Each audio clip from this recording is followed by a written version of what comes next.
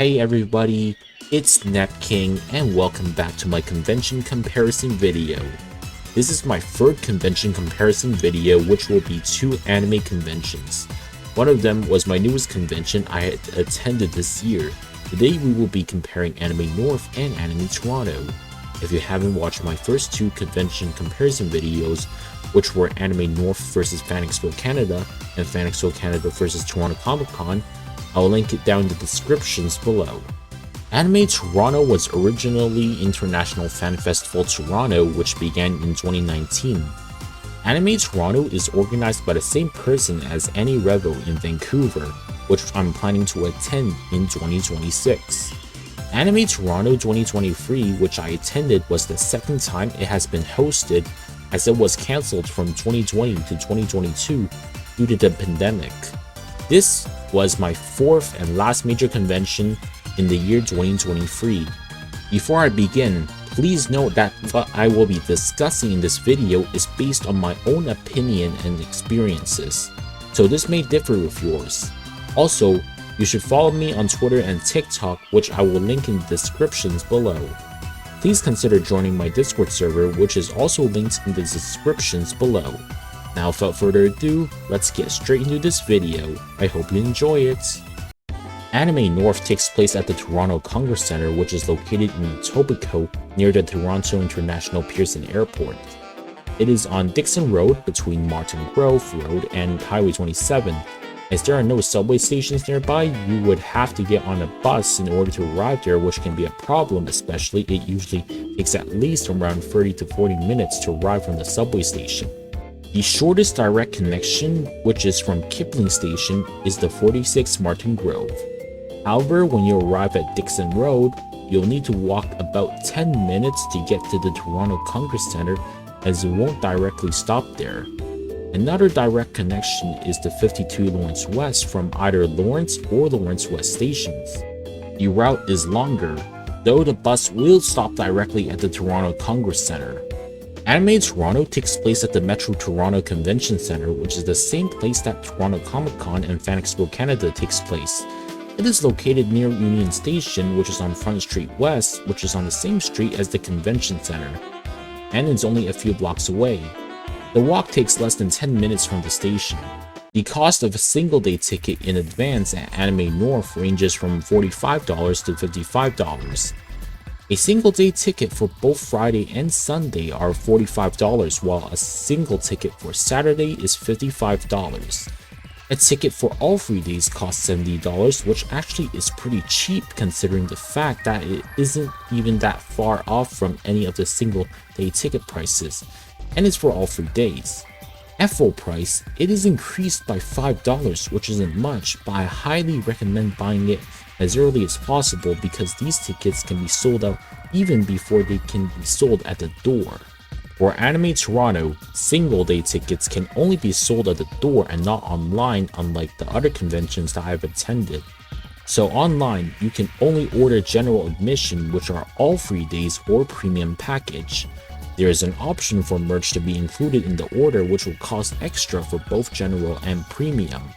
For the cost, the single-day tickets vary depending on the day, with Friday being $50, Saturday being $60, and Sunday being $40.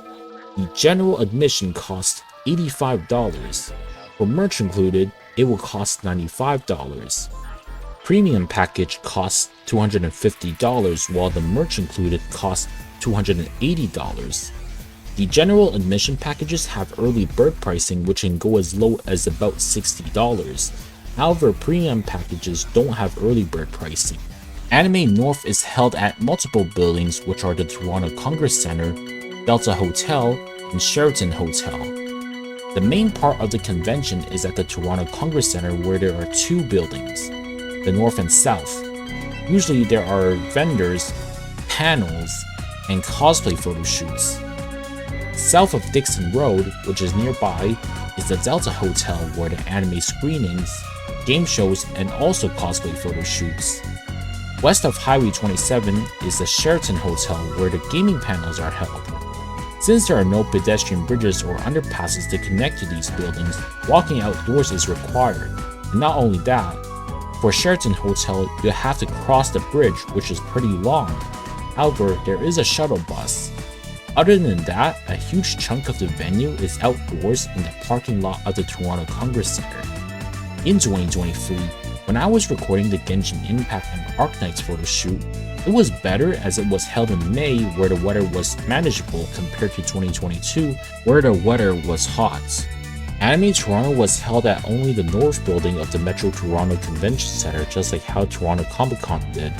However, on level 300 where the Vendors Hall and Artist Alley were, only a third of the floor was utilized while the rest of the floor was empty. Level 200, which is the first floor, was where the registration and panel rooms were located. There was also a stage on the same floor as the Vendors Hall and Artist Alley where performances were played.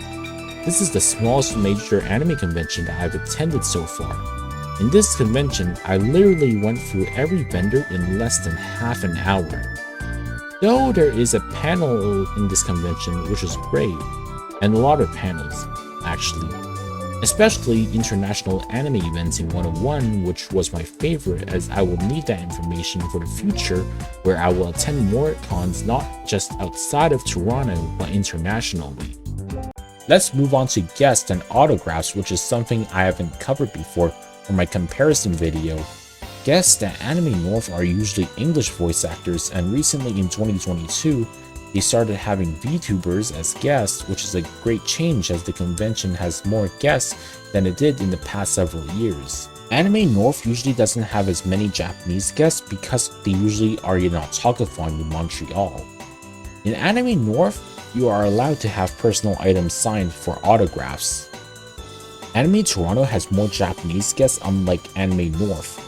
In fact, a Japanese voice actress for Neptunia did become a guest for the con back in 2019 when it was still called International Fan Festival Toronto, who was Kana Ueda, who voice acts for IF, and she also voices for Yoimiya from Genshin Impact. This would be a great convention if you would like to meet Japanese guests. However, when it comes to autographs, this is where the problem begins. In Anime Toronto, unlike other conventions in Toronto, you cannot have personal items signed for autographs regardless. You can only have either a badge signed for free or have a board for $35. This is my most hated rule in an anime convention where you can't have personal items signed for autographs. Am I the only one here, or does that sound fucking ridiculous? To conclude this video, both Anime North and Anime Toronto were great cons I've attended. After comparing both these conventions, Anime North is the winner and it is my second favorite convention after Fan Expo Canada. Anime Toronto is currently at the bottom of my list for favorite cons at 4th place after Toronto Comic Con. The only benefits for me about Anime Toronto is the location, which is near a subway station and it's fully indoors. The reason why I prefer Anime North over Anime Toronto is because the ticket prices are generally cheaper, the large size of the con, and the rules. I'm hoping Anime Toronto will eventually take over the entire North Building in the next few years, and perhaps the entire Metro Toronto Convention Center in the next decade like Fan Expo Canada. I believe Anime Toronto still has the chance to become a very large anime con in the next decade or so. Anyways, I wish I could find Hyperdimension Neptunia merch in these cons, but still can't find them sadly. In my opinion, if you want to meet Japanese guests and have your personal items signed for autograph, I suggest getting it from Anime North or Autocathon as there are no rules against having personal items signed for autograph. I just think that the no personal item signed rule for autographs is just bullshit and utterly ridiculous. If I were to manage the rules for Anime Toronto, the first thing I would do is to abolish the no personal item sign rule for autographs. This pretty much wraps it for my convention comparison video. If you haven't already, don't forget to hit that subscribe button, turn on the notification bell icon, like, comment, and share this video and channel to others as I will have more of these videos upcoming in the future, more convention vlogs and anime videos. Before signing off, don't forget to follow me on TikTok and Twitter. and do consider joining my Discord server, which is linked in the descriptions below. My name is NetKing, and I'm signing off.